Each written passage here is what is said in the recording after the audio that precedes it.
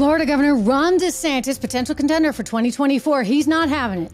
In a new speech at Liberty University, he slams the transgender movement, saying it's harmful for kids, saying it's not happening. You will lose your license if you dare to do this in the state of Florida. A message to doctors. Simultaneously, he totally slammed Disney company ESPN for celebrating Leah Thomas during Women's History Month. Leah Thomas, you remember the transgender swimmer that suddenly cleaned up?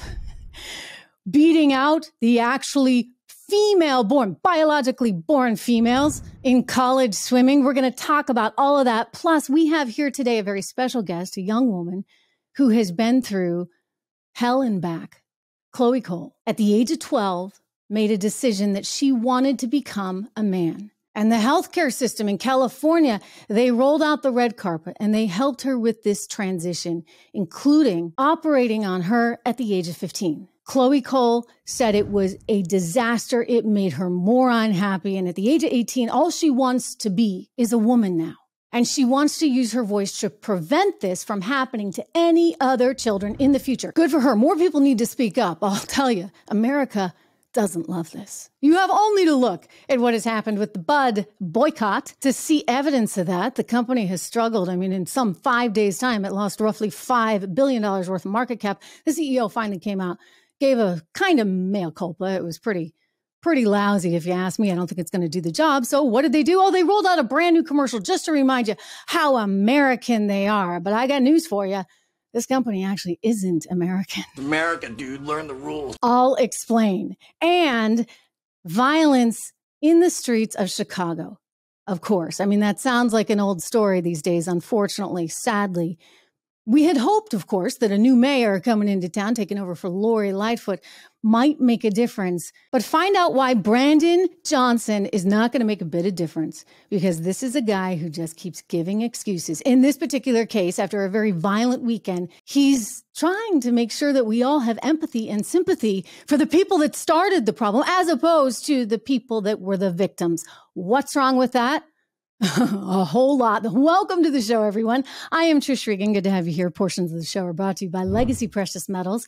If you're interested in investing in gold or silver, make sure you go to legacypminvestments.com today. You can do it right there online on their website or call them at 1-866-589-0560. Ron DeSantis, governor of Florida, making his position very, very clear at Liberty University, saying if you try this, if you dare to try mutilating a child or giving them puberty blockers so that they can change their born sex in the state of Florida, you are going to lose your license as a doctor. It is also wrong for physicians to pump minors with puberty blockers or to perform sex change operations on them. Coming up, Chloe Cole, who was transitioned by doctors in California at the raw age of 12, went through an operation at the age of 15.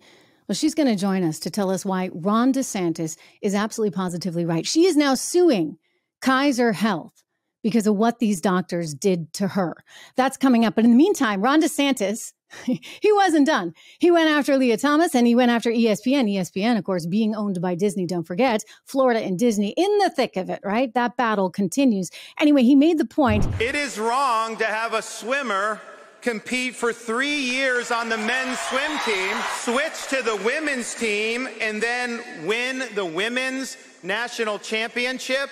That is a fraud. That is wrong. I don't really see what is so controversial about this, because when you think about Leah Thomas was coming in 554th in the 200 freestyle while competing as a man. That was the last year Leah Thomas had on the men's team, 2018 through 19.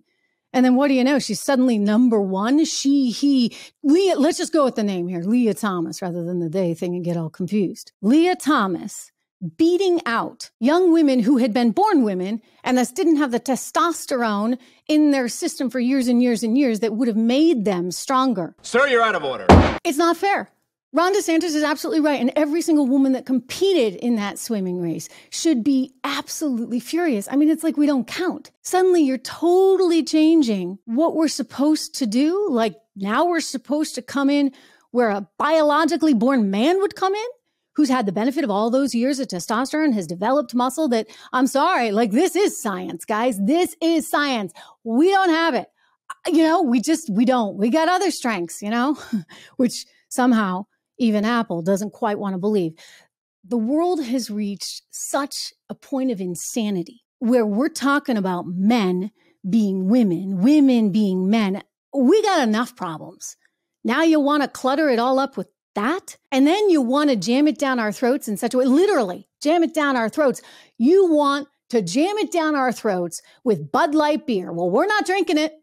We're not having it. Enough is enough! Women should never buy another Nike item again. I haven't even started in on Tampax. Dylan Mulvaney, he's the guy who's now one of their spokespeople. I mean, this is just... It feels like my costume. It feels like the Dylan costume. What kind of place is this? Over and over and over again. They're insulting women. You know why? They don't want women to have a say. Women can have a very big say. They want to somehow downplay us because we might actually speak up for the rights of our children. Meanwhile, major violence over the weekend in the streets of Chicago. What's really concerning about all of this time is that somehow the mayor wants to make excuses for these teens that initiated all this, saying, quote, don't demonize them. This is according to the new mayor-elect. He said it's, quote, not constructive to vilify this group of rowdy teens that torched cars, that caused all this damage. I mean, he condemns it on the one hand, and yet somehow makes excuses on the other. We need to stop making excuses. Listen, I'm sure those kids had a really hard life, but the people that were affected by that were traumatized by that, including 2 teenage boys that were reportedly shot, 16 and 17 years old. They are the victims in this situation, not the people that caused that. So for us to turn and give excuses, for the mayor to turn and give excuses, this is all part of the problem. There's no willingness in society right now to actually own up to anything. Everything is, the fault of systemic racism, or because you're not in the right body, yet you were really meant to be born another gender. You see where this is going. There's always an excuse. There's always a reason, rather than saying, listen, we need to do a better job as a society, of ensuring that families are there to take care of their kids, to help their kids. The family unit, which, by the way, Black Lives Matter doesn't believe in. You look at their mandate, it includes the destruction of the nuclear family unit. Listen, this is what makes us human. Like, we need relationships. We need people. We need all kinds of strong people around us to help support us. Not the state. Not the state that somehow thinks that, it's not your fault. It is their fault. I would say this. It's also the fault of a horrendous government that continues to make these excuses. You had kids that could barely get back to school. Remember the shutdowns in Lori Lightfoot? She was so beholden to the teachers union. They were one of the last cities to go back to school. Same thing in Baltimore, same thing in the poor parts of Chicago. That tells you there's something else going on. And it has everything to do with poor leadership. And the kids pay the price.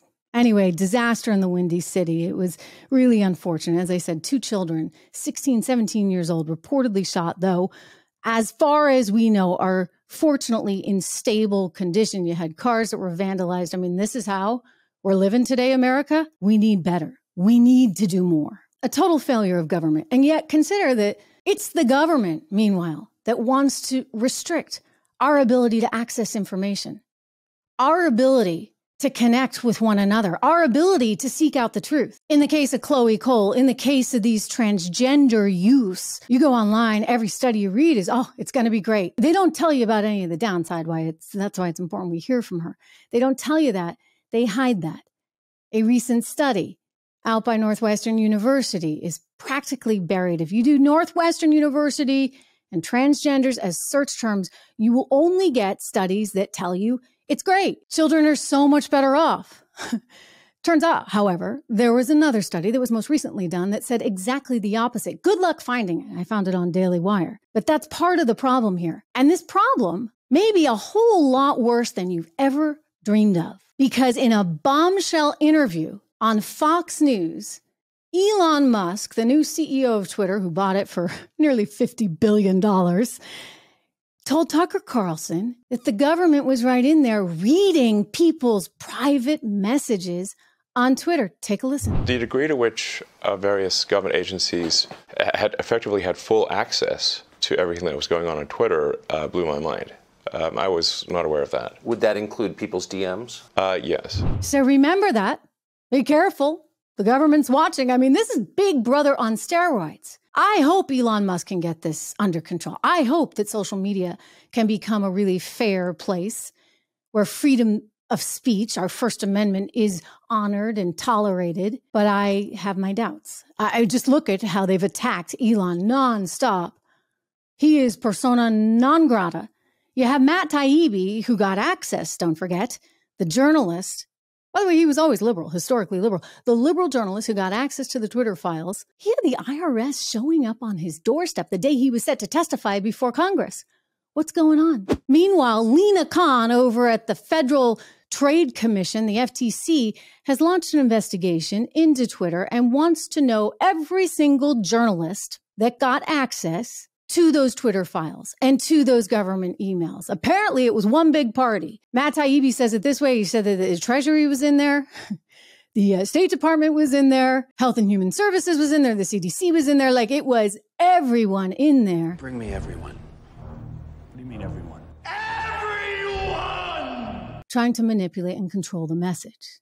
That's a scary thought because this is one slippery slope. And increasingly, we seem as though we are no better than China. And at a time when common sense would say, you know what, you were born a boy, you were born a girl, therefore you are a boy or a girl. And no, a man can't get pregnant. Common sense would say that. You have an entire internet community and a deep state, effectively, because I don't know what else you would call this stuff, trying to convince you otherwise. It's almost like they're gaslighting us in a way. Nope. You have to use the term they or she, even though she is a he. Give me a break. And you know what? This stuff comes with consequences. It comes with consequences because kids are affected.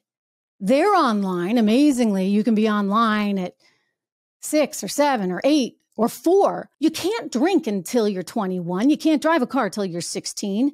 You can't vote till you're 18, but you can be consuming all of this stuff with algorithms that try and convince you really ought to be what you're not. And you know who pays the price for that? The kids themselves and the society itself. Ron DeSantis, he's made his position clear. Donald Trump has made his position clear. He said, look, if I'm president, we're not going to allow these operations, period. Many people, myself included, believe this is a form of child abuse. And yet they're allowed to do these things. They're allowed to do these things to young men and young women.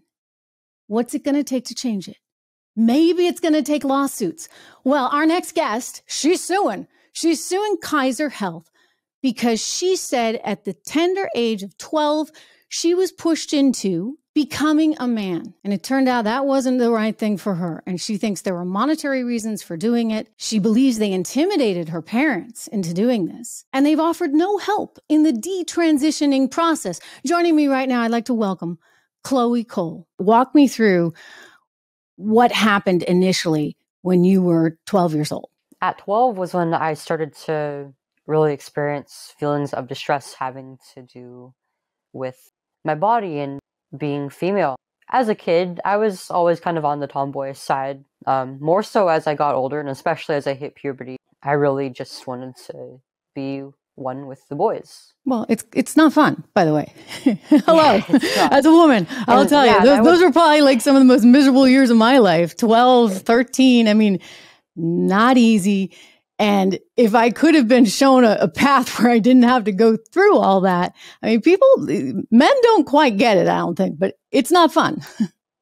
I mean, men have their struggles, but the grass is totally greener on the other side. And that's really how I thought of it. I would often hear from women and other girls my age, just how awful being a girl was, like things like periods and female puberty, and how scary things like pregnancy and childbirth and menopause were, and nobody would ever talk about how great all those things really were. They are, and I have 3 children of my own, and I would just say that as scary as it is as a young girl, when you think about these changes your body is going through, eventually you realize that you have the ability to create a human being, which is just a miracle, a complete miracle from God. And you say, wow, I'm a woman. Yeah. A lot of the things that are great about womanhood just take a few years of living in the world to really appreciate. But I didn't really understand that at the time. And I mean, I hardly even fit in with the other girls. I felt like I wasn't really a part of them. And even that I didn't look like them. And I would often, you know, I was kind of on the athletic side. I had like larger shoulders and I wasn't particularly developed. And I liked having my hair short. And I felt like I don't even look like a girl. Like, I don't feel pretty. And I just don't know what worth I have in this world trying to even be a woman. Wow. Yeah, I had some body image issues and I started puberty pretty young. Just when I was going into fourth grade was when I started to develop breasts. And it was really difficult for me to keep up with my body seemingly growing faster than I was. So all of this led to a lot of stress, a lot of anxiety. And how did that anxiety then wind up morphing into a doctor saying maybe you were just born the wrong gender, maybe you were meant to be a boy? So my consciousness around my body became worse over time as I got further into puberty, especially as I started using a phone and social media. The first platforms that I used was Instagram. And it's very image oriented. And especially when in the algorithms for young people, it shows a lot of very, very sexualized content, especially of young women with very, very curvy, very womanly bodies. And I already had a habit of comparing myself to other girls and women, but this just made it so much worse. And I felt like I would never match up, that I would never be good enough as a woman. So what point was there in trying? That was also my introduction to LGBT content, because I would often look at communities and post on there having to do with like fandoms around like video games and cartoons and shows and stuff. There were a lot of users in those communities who identified as trans. And they would sometimes in their posts, they would just talk about their feelings and their experiences identifying as trans and wanting to go on hormones or buy things like binders or get a haircut. I felt like I really related to these people. A lot of these people had pretty similar upbringings and struggles, interests to me. And I started to wonder, why do I relate to these people so much? Am I like them in any way? Maybe I have a different sexuality, or maybe I have a different gender identity. Maybe I'm non-binary.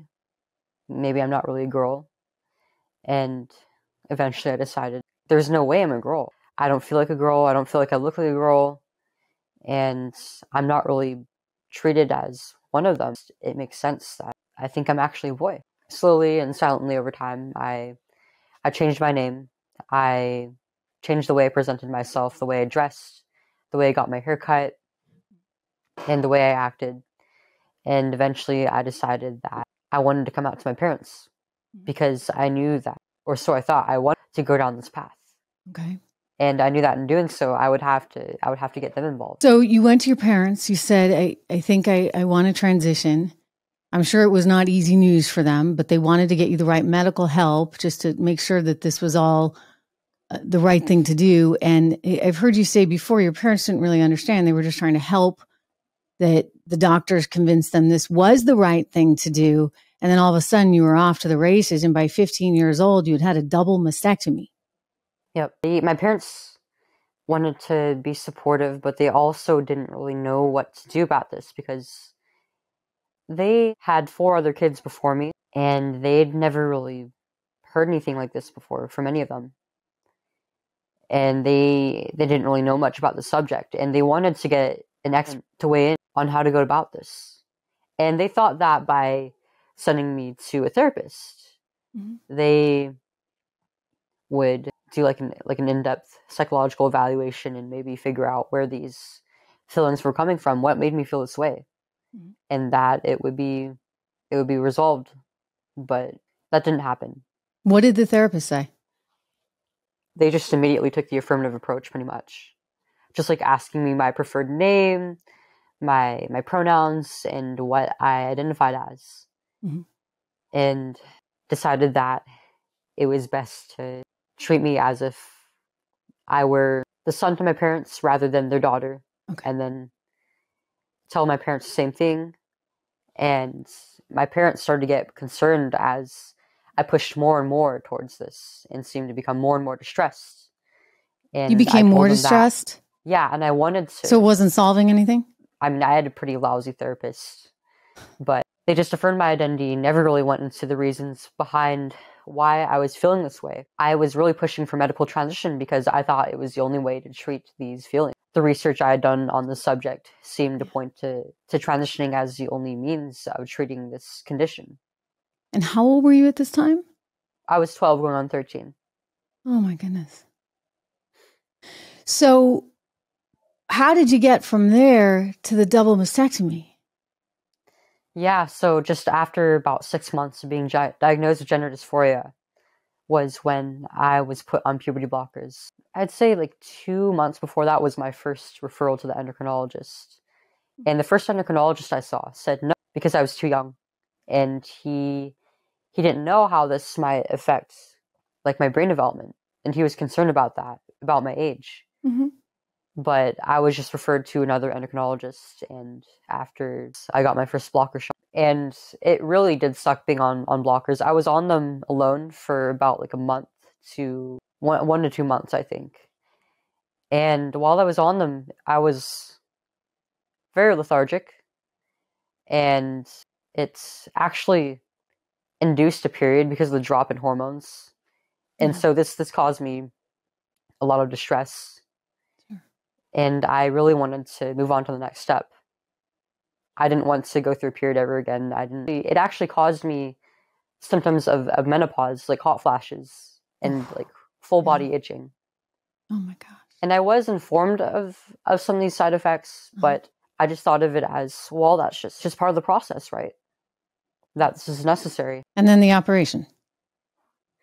Yeah, and then I was put on testosterone after about a month or so, and Wow. yeah. You're 13 now and you're being put on testosterone? Yep. I mean, after a month of not having any sex hormones, I finally had my energy back and my libido skyrocketed, and I started to feel confident in myself. And just after about 2 or so weeks, if even that, was when my voice started to really drop. And it was very dramatic. And then after that came some of the other physical changes, like I started to become more muscular, and my fat distribution in my body was starting to change. And even my face was starting to change. It became more square, and my hair started getting thicker, my eyebrows started getting thicker, and I developed very thin facial hair, but it was there. So it was a very powerful drug that I was put on. And I felt great. On top of the euphoria that came with this just getting what I wanted. Mm-hmm. And the gratification from that, and making what I thought was a really big milestone in my life. So then what changed? My body. And really, that was about it. It didn't really solve any problems I had. My gender dysphoria, after a while, was at a plateau. And this was before I went to high school. So by the time that I was in my freshman year, I already passed as somebody of the opposite sex. And I actually had a deeper voice than most of the other boys my age throughout most of high school. But it was really starting to affect my relationships. As I was filling the role of a boy, I found that I didn't really have as much room to talk about things like my personal struggles. And I was still attracted to men. So my dating pool was very skewed, and I was often the third wheel while my friends were getting their first boyfriends and girlfriends, and I just felt really lonely. And I was diagnosed with depression in my sophomore year of high school, and I started abusing substances partly because of the people that I was around, and I would also attribute it partly to just being on testosterone and being more prone to reckless behavior because of that. And all this was completely pushed to the side when I was going through the consultations for surgery. And just after my sophomore year ended was when I went under the knife. So what was that like? I mean, when I woke up and the medication wore off and I was conscious enough to know what just happened, I felt great. Like it was another even bigger milestone that I reached. And when I talked about it on social media, my trans friends and people who call themselves allies of the trans community celebrated me. And it was probably the most praise I had ever gotten in my life at that point in time. And I was really looking forward to going through the healing process. Well, maybe not the healing process itself, but healing and being able to take my shirt off while, say, like working out or swimming. And just being and looking like any other boy my age. Because I really did think that I was a boy. But the further I got into the post-op process, getting my stitches taken out, having to change my dressings over my chest every night, was really quite difficult. It was hard to look down at this area of my body, what was left of it, and seeing the wounds that were there in the place of my breasts, especially in the skin grafts I used. I felt like a monster. I hated looking at myself. Did you feel worse then than you had beforehand? Because I know you said you kind of hated your body and these changes that were going on. You thought this would be the answer. And then you come back in the post-op and you're looking at your body again and you don't like what you see. Was it just as bad or worse? Yeah, over time, I started to realize that I was only feeling worse. And even that I was starting to miss looking like a girl. But I knew that there was no going back. And I felt like transitioning was still the only way forward because I'd already made permanent decisions so that I wouldn't look the same as I used to. And I started to realize, like, I don't really feel like a boy anymore, but I kept trying to justify it in my head as, well, maybe I'm not actually, maybe I'm just non-binary. And I kept cycling through identities. But you're making a decision. Let's be very clear. I mean, you were a child. You were making a decision at 12 years old, then 13, 14. You're having the surgery at 15 years old. You're a child. I mean, you're 18 now, but you're still, you're still not legal to drink. But yet you were allowed to make this decision for yourself. I couldn't even drive yet. Change who you are. I couldn't drive yet. I hadn't even been in a romantic relationship yet. And yet I was supposed to know how I was supposed to be leading my own treatment. And I was expected to think like an adult, to know what I really wanted and how this would affect me. But I didn't. And children naturally are pretty unstable. And what they want one day might especially teenagers, right? I mean, that's why teens have that reputation. That's why, it's not easy as a parent raising teenagers. What do you say to people who say, well, where were your parents? Why did they allow this?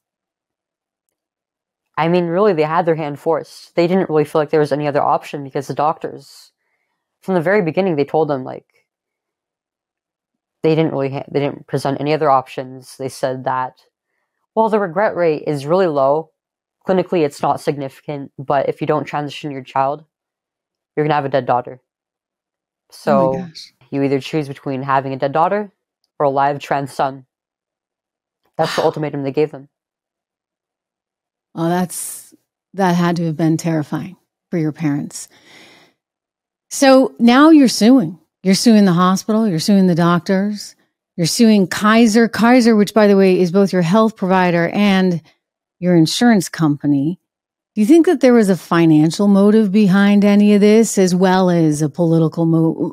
I mean, I think we all know there's a political sort of moment that's happening, but it comes with dollar signs attached. Kaiser is known for maximizing profit over pretty much everything. I mean, I've heard from other people, and it seems to be true from my own experience, that they try to hire the cheapest doctors, and especially specialists, as possible. Like, I've had some really great local family doctors with them, but the specialists that I've gone to for like not only for like psychology and therapy, but even like a gynecologist that I tried to see after I stopped transitioning, my experiences with them were pretty abysmal. And even their CEO, this is a nonprofit, right? But he takes home several million per year. And that aside, I mean, by transitioning a patient, you're pretty much guaranteeing them to a lifetime of medicalization, not only because you're keeping them on these treatments, these hormones, but because they're going to rack up health issues over their lifetime. And the surgeries especially are very profitable. But all this, pretty much everything other than the copays for visits was all covered by insurance. And it's required to be by state law here in California. So the insurance company's paying for it, the health providers giving you all this stuff. Now, when you suddenly decided that this was not for you, that you wanted to be a woman, have they helped you at all? Have those same health providers been able to give you guidance on how to wean yourself off of the hormones they were giving you, on how to possibly have, because you'll need reconstructive surgery for your breasts someday? Have they given you any roadmap or any plan or been helpful in any way? No, I mean, before I consulted anybody, I was in so much distress. I realized that I wanted to have kids one day, and that I was never going to be able to have the option of breastfeeding them, and knowing what that experience is like as a mother, being able to nourish your children using what God gave you. I would never know what that was like. And that hurt a lot. And that was the thing that ultimately was the deciding factor in me detransitioning. You said you were still attracted to men. You're right. I couldn't lie to myself anymore. I couldn't keep living like this. And so I just stopped taking shots entirely. I didn't even go cold. I went cold turkey off of it. I didn't even try to wean off of it. And it would have been difficult to try anyways. And was that painful? Was that very challenge? I mean, were you just like suddenly go cold turkey and you abandon a medicine you'd been on for years? For a few months to even a year, I was very hormonally dysregulated. And this presented in both health issues, like digestive issues and skin issues, my eczema getting worse. And it really exacerbated the mental health problems that I had. And I was probably at the lowest point I ever was in my life.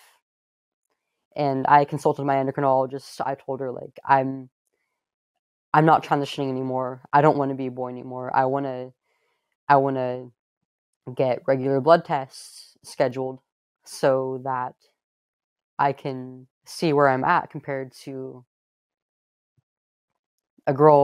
the average girl my age, because I'm not trans anymore. I don't want to be. I don't want to continue down this path. And I requested specifically that I was given the guidelines for a girl my age so that I could know where I'm at. And when I got my results back, they still gave me the guidelines for a boy. What? So they're not going to recognize you now as a girl or help you, it sounds like.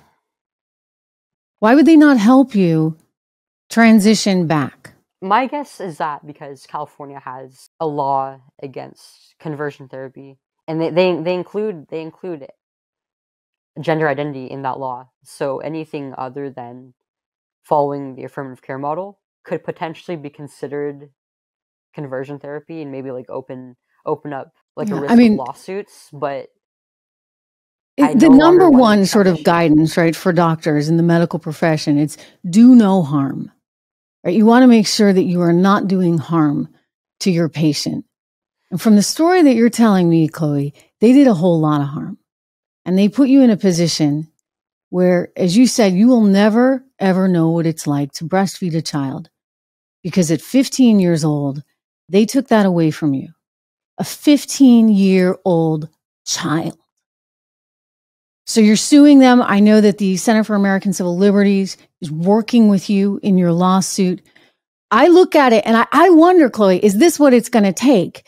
I admire you. I really do tremendously for standing up. And I know it's not easy. I mean, you're still a kid and sharing this story, but it's an important story, one for other young people and other parents to hear, for society to hear in general.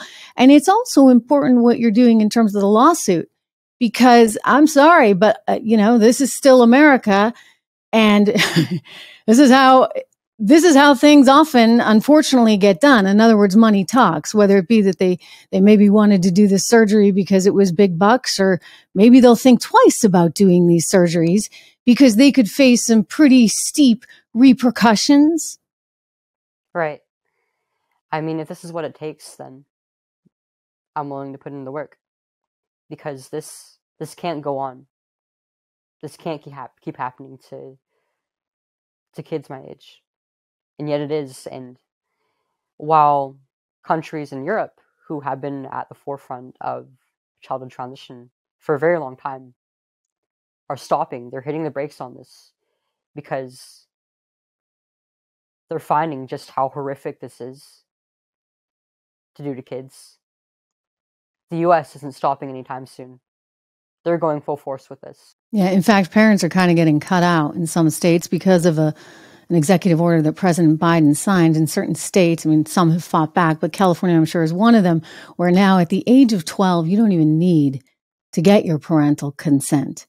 You can move forward with this whole process. And it's, I think, terrifying to think that the state, the system, can take your child, transition your child, if that's what that 12-year-old so desires, without parental involvement. Parents don't have the right to say, no, this is not going to happen. And I can just imagine that as a parent, you want to be there regardless of what's happening. You want to be there to hold your child's hand as your parents were. Right. And some people throw the parental rights argument the opposite way, saying like, oh, well, you shouldn't be getting between a child and their parents and doctors if this is what their parents want. But this is a form of abuse, and no adult has any right to abuse a kid, especially not in this way. I mean, this is something that will affect everything in a child's life, and especially their physical, their emotional, social, cognitive, and sexual development. Depending on when you start blockers and hormones, and on what surgeries a child is given, they might not ever be able to have children. I mean, that is criminal. It's devastating. I mean, you still have a uterus. They didn't take that. So you will one day be able to have a child, we hope. I mean, it's hard to probably understand what damage the testosterone did in the years that you were taking it. But look, these are things that need to be looked at before we rush into surgeries with kids. I mean, like you were. I mean, it's one thing. You're 21. 21 is still pretty young. But, as an adult, I think at that point, if you're making decisions, you're making decisions. But 12? You're a little kid.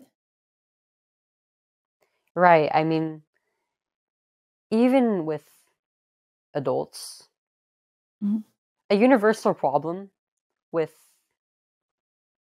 trans patients right now, people who go through the medical transition process, is that a lot of them just aren't really being given the full picture of how these treatments affect the body, especially over time, how well you'll age into these treatments and this lifestyle.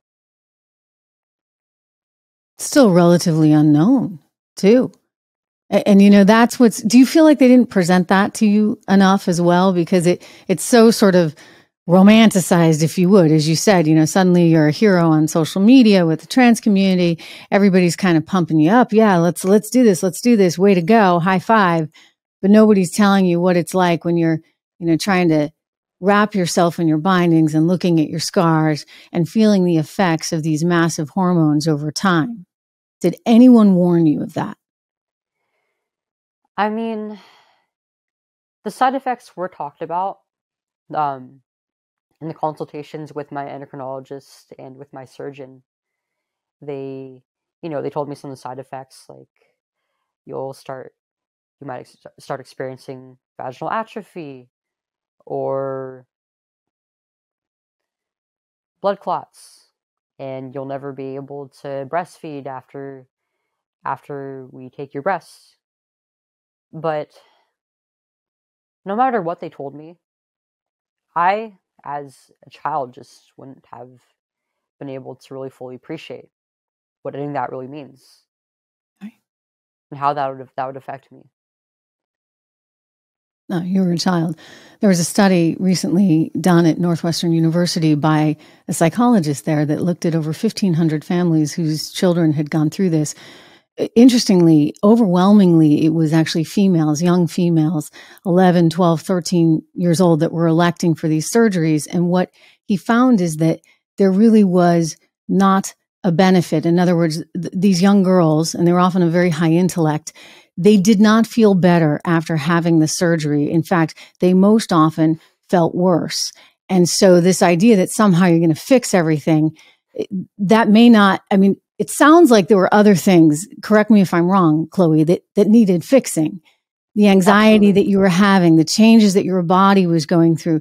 You might have needed maybe a little more hand-holding from the medical community about, you know, yeah, it's tough and it's not fun, but believe me, you know, one day it really is worth it.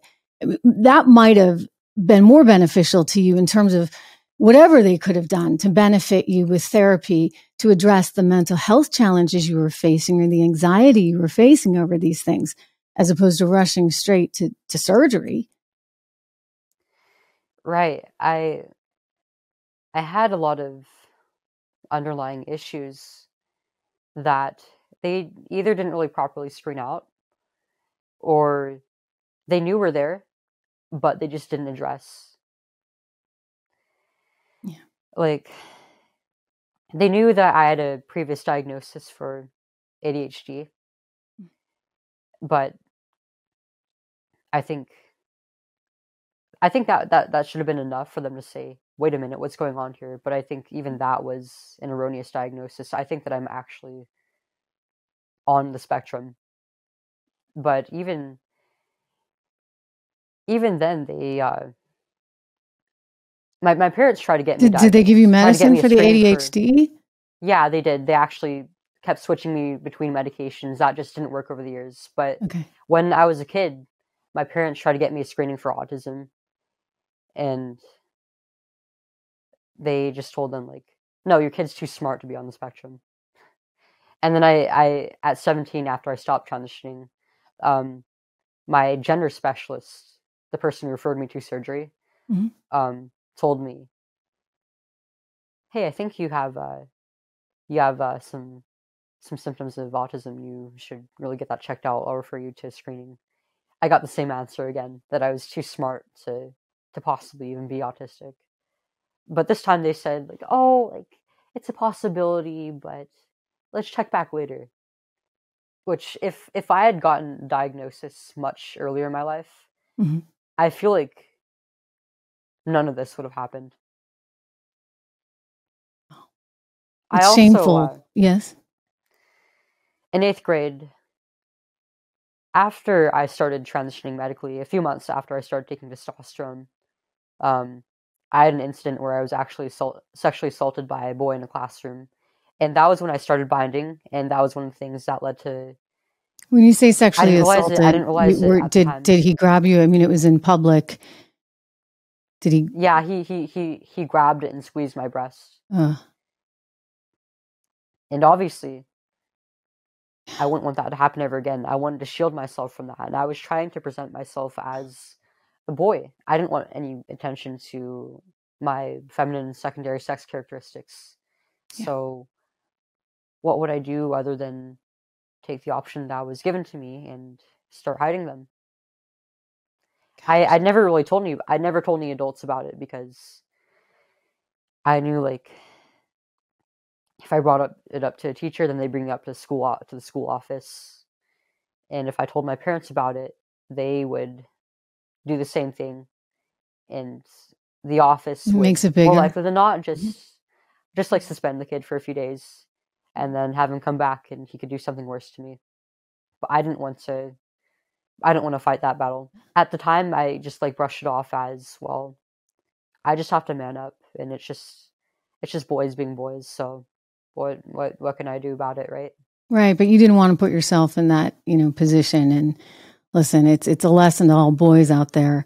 Girls are going through some challenging stuff, right, around those ages, and we need, and the teaching community also needs to recognize this, and that there has to be more sort of empathy. Not to mention, by the way, boys and girls are kind of at two different, emotional levels. Let's just be honest, like in grades like that. Because, I remember that as a kid, they like snap your bra or something. And I'm like, who does that? Right. And it makes a young girl feel so vulnerable. And that vulnerability, I think, if it's not managed in a healthy way, can really start to take over, which is what it sounds like happened to you. And instead of getting the proper encouragement, support that you needed to deal with all these changes, it was straight to, well, who needs this, right? I don't need to be a girl. I was a tomboy growing up. It's really remarkable. And I think years ago, you would have gotten the help. They would have said, look, okay, slow down. This is part of life. It's part of being a woman. It's not fun, but it's okay. You're going to get through this.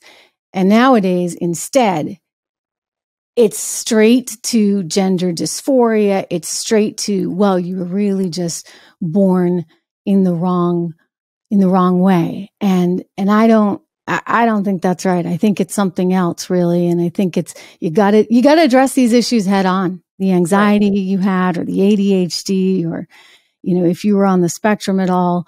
I don't know if they can do much for that, but at least it might have given you some help in trying to understand what was going on in your body, in your head, that was leading you to be so concerned. Yeah, and during my appointments in therapy, the first question they would always ask is, how's your gender dysphoria doing? How are you doing with how is your body? Well, like, how are you? How do you feel about your body? How do you feel about your transition? Wow. And for me, it was like, well, I'm already in a pretty optimal situation with that, according to the standards of care. So I don't think that's the issue. And they never really properly treated any of my other psychiatric issues that I had. Are you getting treatment now? I can't trust them. I can't trust them to help me.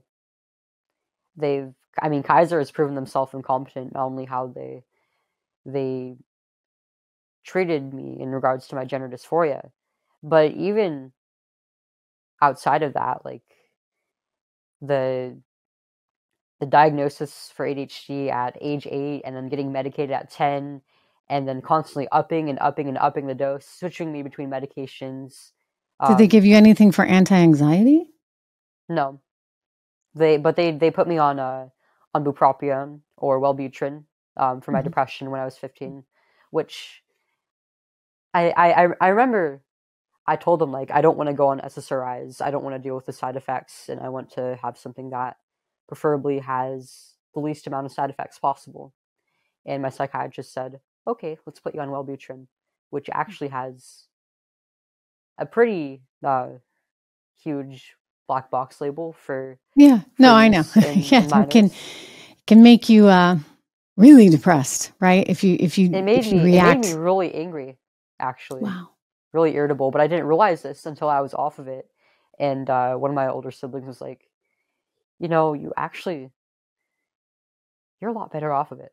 Chloe, thank you for sharing your story. I know I just want to share with people that they can follow you on Twitter at Choo, CHOOO, Cole, COLE, CHOOO, 3 O's, Cole, COLE, both on Twitter and on Instagram, even just to voice your support for her bravery. I'll tell you, you are one brave young woman for sure.